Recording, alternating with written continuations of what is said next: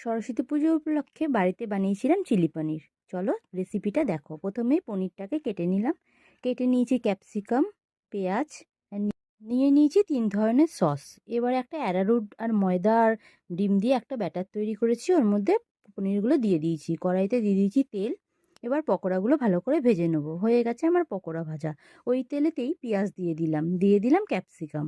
ভালো করে ভাজা হয়ে গেছে। এবার ওর মধ্যে দিয়ে দেবো গ্রেট করা আদা রসুন। ভালো করে ভাজা হয়ে গেছে।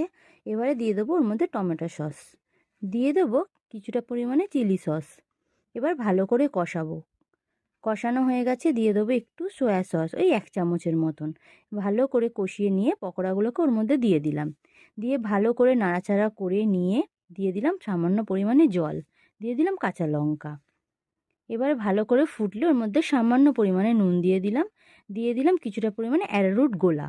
হয়ে গেল আমার চিলি পনির। তো কেমন লাগলো রেসিপিটা অবশ্যই আমাকে জানিও তোমরা। আজকের মতন শুভরাত্রি।